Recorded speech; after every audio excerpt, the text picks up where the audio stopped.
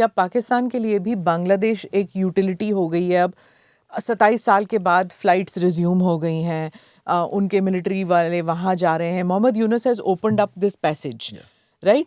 तो क्या पाकिस्तान भी, मतलब घाव बहुत पुराने हैं इनके, पाकिस्तान और बांग्लादेश को अगर देखें, a part of the country went away, you know, it's a large chunk of the country that went away, लेकिन वो they have swallowed that black pill, they have swallowed that insult, that embarrassment that they lost that, and they are building ties with Bangladesh.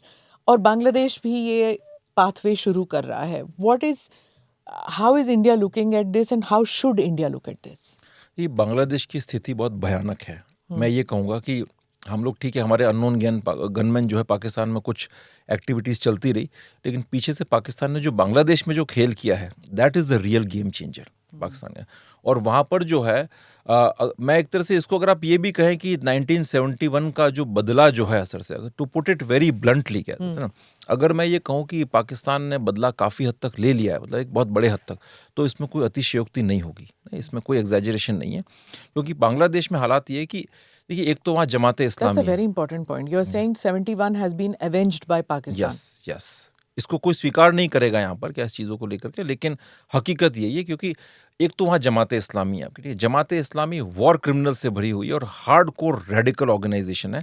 पूरा पाकिस्तान की जमाते इस्लामी के साथ उनकी कहता है ना एक बिल्कुल ज़बरदस्त उनके टाइज़ हैं, बहुत पुराने टाइज़ हैं. ये लोग वो लोग हैं जिन्होंने 71 के वॉर के अंदर भी पाकिस्तान के साथ ही उन्होंने उनकी मदद की थी. दूसरा, वहाँ की आप ये मत सोचें कि वहाँ की सोसाइटी जो है वो कोई बहुत लिबरल सेक्युलर सोसाइटी है, ठीक है.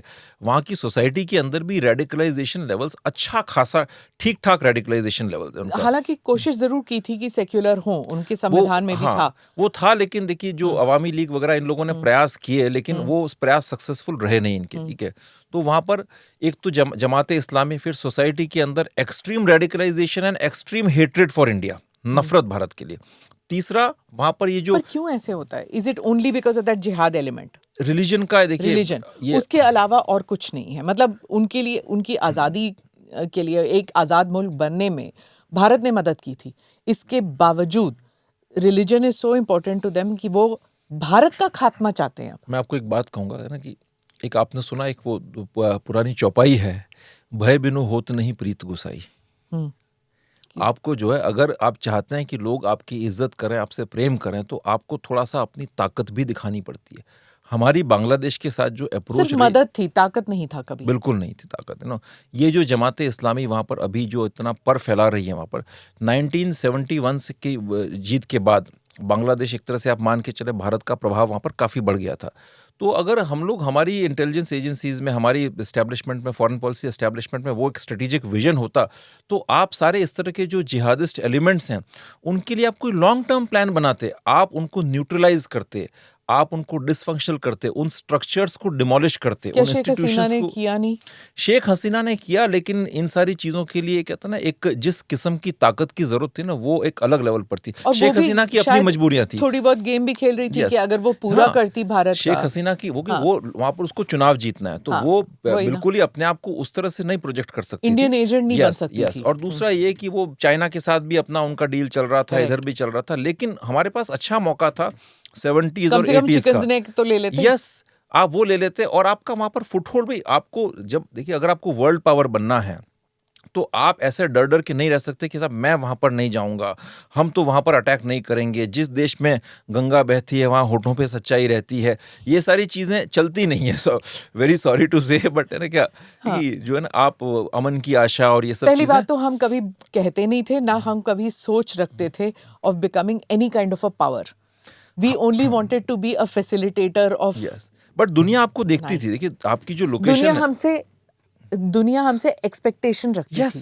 और वो उनको लाजमी है. अगर देखिए लेकिन we never stepped up to it. आज अगर भारत की जो लोकेशन है, मेरी उनसे बात हो रही थी, डॉक्टर अलेक्जेंडर डुगिन है जो पुतिन के एडवाइजर है, वो उनका जो एक जो तसव्वुर है मल्टीपोलर वर्ल्ड ऑर्डर का, उनका ये मानना है कि जो आगे सिविलाइजेशनल स्टेट्स चलेंगे उसमें जो यूरोपियन रीजन है, सेंट्रल एशिया है, वहाँ पर रशिया का डोमिनेशन होगा, ये ईस्ट एशिया वाला वहाँ पर चाइना का होगा, साउथ एशिया पूरा का पूरा अफगानिस्तान तक, ऑलमोस्ट ईरान तक, वहाँ का जो है ना एक प्राइम सेंटर इंडिया होगा, वेस्टर्न हेमिस्फीयर का अमेरिका, उनका ये है. तो उन्होंने तो इंडिया को माना ना एक पूरे रीजन का. Namaste, Jai Hind. You're watching ANI podcast with Smita Prakash. अगर हम उसको मस्जिद कहेंगे तो फिर विवाद होगा। The issue is टूटा है क्या भारत? 400 पार का मतलब ये है कि संविधान खतरे में है। क्या हम लोग ये निर्देश देते हैं कि फला को गिरफ्तार करके जेल डाल दें? वही तो कह रहे हैं सब। ये बेबुनियाद निराधार आरोप। सच्चा सुनना चाहो देखो स्मिता प्रकाश ANI, it does not lie.